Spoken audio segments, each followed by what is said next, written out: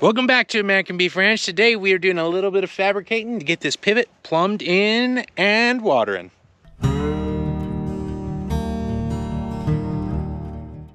Welcome back to American Beef Ranch. Today we are getting this pivot tied in. Like I said, we got to do a little fabrication, and we also have to do a little bit of work on the pivot before we get there. So what has happened is my electrician got here a little bit later than we wanted him to, but he got here, got it all set up, got it ready to go.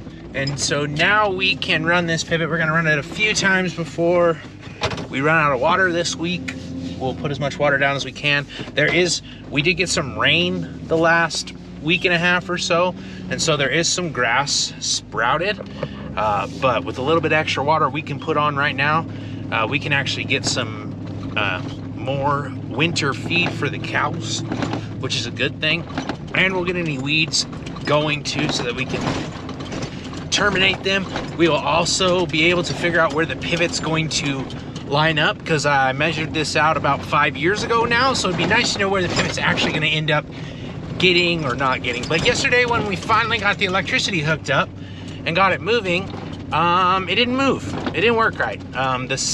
Basically it would go in forward and it would move, but only if I held the override, which is, there's a safety circuit in these pivots, and only if I held the override would it move. So that's not good, that's not normal. And it would not move in reverse at all, which is normal if the safety circuit is at fault. So what I did was I went across, this is a 3-tower pivot. I checked every tower, made sure that the safety circuit is good. So I made sure there's no open circuit, and we're good all the way to right here to this box. And then what I did is there's a little relay, a safety relay.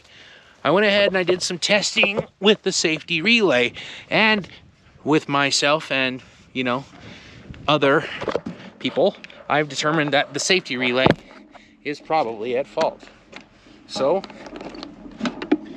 I went ahead, took this little relay out of its little holder here and went and got a new one. So this is the new relay. We're going to install it. Hopefully this fixes it. If it doesn't fix it, I'm going to call for help, because I don't know at this point. It could be there's a relay in the box too. It could be that box, so simply click that in. This is modified because this used to be a tower box, not an end to pivot box, and so yeah, there's a little bit of wire going everywhere. Really should mount that, but there's not a great way to mount this in this box, so it just kind of sits there, unfortunately. Let me just make sure we get all the wires back in this box. So we have a new relay. We know that that should not be the problem no mo. Run to the pivot point and see if this pivot's going to run. And then if it does run, we're going to get down to the flat, and while we're doing that, then we can start fabricating. What I was having to do is, you can see this is the safety override switch, and if I click that, it basically tells the pivot that there is a safety system in place and I can move stuff, and that's usually to help you find problems or get the pivot realigned after you fix problems, stuff like that. So I have the run switch on. I'm going to go ahead and turn that off. I want to turn the power on. So now we've got power. I want to click the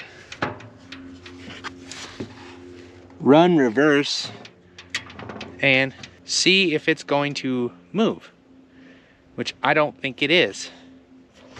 Great. And so what should happen is, if I click the override switch here, it shouldn't run in reverse. Run, wet, yeah, okay. But if I do click the override, it'll move in forward just fine. Great. So here's what I think's wrong now. I think that safety relay isn't working right, and for some reason there's a random ground wire, which probably shouldn't be like that. So either way, I'm gonna have to call for help, and I'm gonna do that now. I'm gonna call one guy whose phone number I have, see if we can kind of work it out, because I really don't want to have somebody come do it, because that's expensive. And anyway, but when I get some stuff figured out, we're gonna come back and we're gonna get this started, figure out what we got to get figured out here and get this welded up. It is a few hours later. We have gone ahead and got this all welded up and ready to go. You see, we made a cut, flipped that around, so we have a 2-piece 45 flange. That valve will go in there, another flange, a 6-inch nominal pipe to a 6-inch pipe, up here to 6 to 8, then welded to the elbow and up the pivot and down. So we have about, what do we do? So now we need to run down to the end of the pivot, weld this on, because this pivot was a large pivot broken down, so it doesn't have an end plug. So we're gonna weld that on there so we have an end plug. I'm gonna let all this cool. And while that's cooling, what we're gonna do is we're gonna take the backhoe and we've got to fill in this entire trench where the water pipe is. Otherwise, if you don't fill this trench in, the pipe just slipped together and the pressure of the water can actually blow those pipe apart. So what we'll do, like I said, fill the trench in, we will come back and put the valve in, and then we will switch pivots and put water to this side. So hopefully we can get all that done today, and then we will put the sprinkler pack on, get the chickens out of the way, and hopefully get this pivot going. I hope we can get it going today. If not, we will get it going first thing in the morning. So we'll just kind of see how the day goes. It is pretty late in the day. So we're gonna jump in my dad's welding pickup.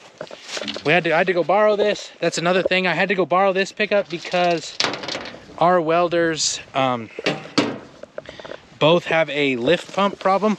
One is leaking a lot, and another one, the lift pump is not working. So I had to go borrow my dad's pickup, which, you know, always takes more time. So let's run down here and get that thing welded on. We've got our mount.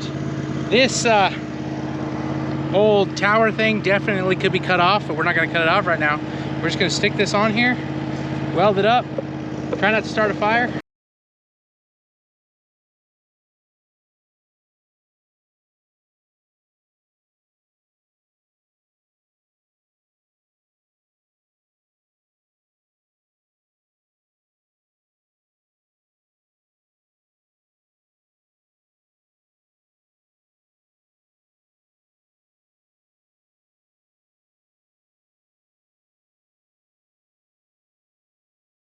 Okay, we are welded up. It's not the prettiest, but it's welded up. So I'm gonna break everything down. If I ever need to weld an end gun or something, I'll just hack it off right there by this mounting bracket and put a bung in there, and we'll add an end gun, because we're probably gonna add an end gun to this next year, but we're just trying to let this run a few times before the end of the water season here coming shortly. So let's go jump in the backhoe and fill a trench. It's about 50 minutes later, and you can only see so far, but I have filled in the trench where all of the water pipe is and covered it up. So now what we're gonna do is we're gonna go ahead and come down here and we're gonna put the valve in. We're gonna tighten it down, get this all good to go. I need to tighten some stuff up over here. Once that valve's in and tightened down, we're gonna go switch water so that we will have water here. And once that's done, we will flush this pivot. We probably won't get much water to the end just because of not having drops and sprinklers on. We're gonna flush it out. Once it's flushed, we will put the sprinklers and the drops on and get it started. But it's gonna be after dark, so. I have to say, I think this is the best pivot tie-in I've ever done. Turned out pretty straight. This pipe is a little twisted this way, but this vertical pipe is actually vertical on both axes. So it looks pretty good. It's gonna work well for us. The valve is looking good in there. Thanks to Butterworth Irrigation for getting us all these parts for this project.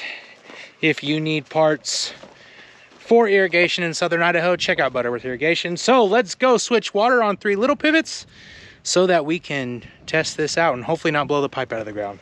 I am running out of daylight, but I went ahead and I didn't switch water. I'm gonna do that in the morning, but I've got this pressurized, so we're good. We do have a couple little leaks, but this didn't get plugged, so I'm gonna go ahead and plug that, and then I'm gonna start running water through this and see if we can get it to flush. Usually pivots don't like to flush without the drops and the regulators on, because that helps keep water in the pipe. We'll see how far we can get it, and then from there, once we see how far we get it, we will start putting drops and stuff on, and it's gonna be a lot of work, I'm sure. So go ahead.